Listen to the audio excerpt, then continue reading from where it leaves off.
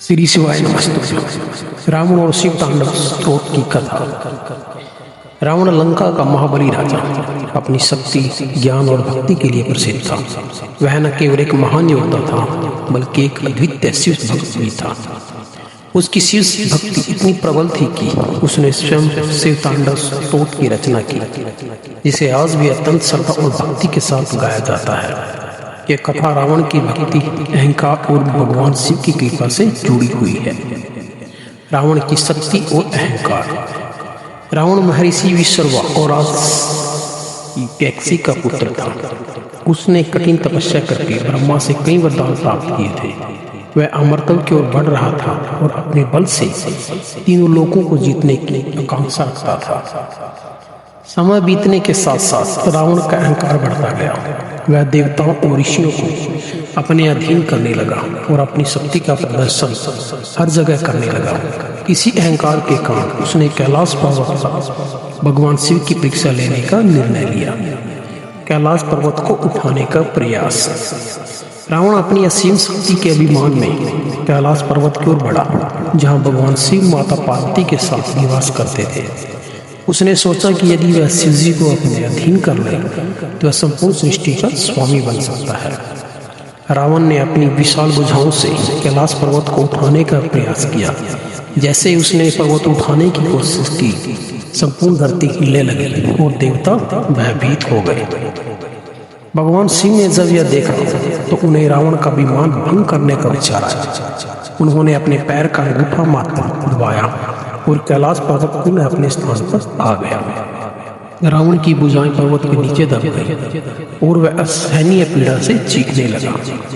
रावण की शिव स्तुति। अपनी असहाय स्थिति को देखकर रावण को एहसास हुआ कि उसकी शक्ति भगवान शिव के समक्ष नगण्य है। उसने अपनी गलती समझी और भगवान शिव की आराधना करने का निश्चय किया। अपने कष्ट से शिव मुक्ति पाने के लिए रावण ने अपनी भक्ति का परिचय देते हुए शिव तांडव स्तोत्र की रचना की। उसने अपनी मधुर वाणी में भगवान शिव की महिमा का गुणगान किया। जैसे जैसे वह स्तोत्र गाने लगा, उसकी पीड़ा कम होने लगी। भगवान शिव उसकी भक्ति से प्रसन्न हुए और उसे वरदान दिया कि वह अद्वितीय शक्ति और ज्ञान प्राप्त करेगा। भगवान शिव का आशीर्वाद। भगवान शिव ने प्रसन्न होकर रावण को अपनी कृपा से मुक्त किया और उसे अजय शक्तियां प्रदान की। उन्होंने रावण को चंद्रहास नामक दिव्य खड्ग भी प्रदान की, जो अमोघ थी।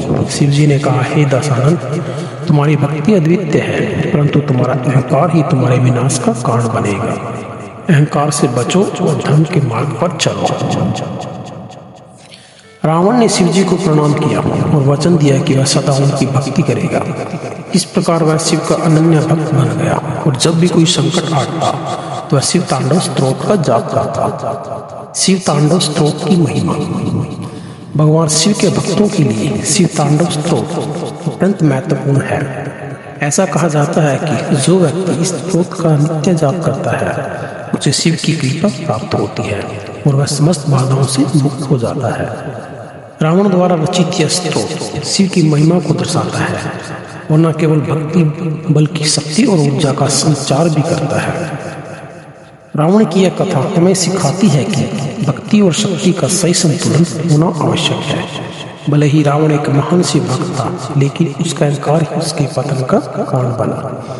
भगवान शिव सच्चे भक्तों को कभी निराश नहीं करते, लेकिन अहंकार को कभी स्वीकार नहीं करते। इस कथा के माध्यम से हमें शिक्षा मिलती है कि सच्ची भक्ति में विनम्रता होनी चाहिए। शिव तांडव स्तोत्र केवल एक स्तुति नहीं, बल्कि शिव भक्ति का एक अद्भुत मार्ग है, जो हमें जीवन में संपूर्ण और शांति प्रदान करता है। और हर महादेव। तो जानकारी कैसी लगी दोस्तों, प्लीज मेरे चैनल को लाइक शेयर सब्सक्राइब जरूर कीजिए। आपका बहुत बहुत धन्यवाद। श्री शिवाय नमस्ते।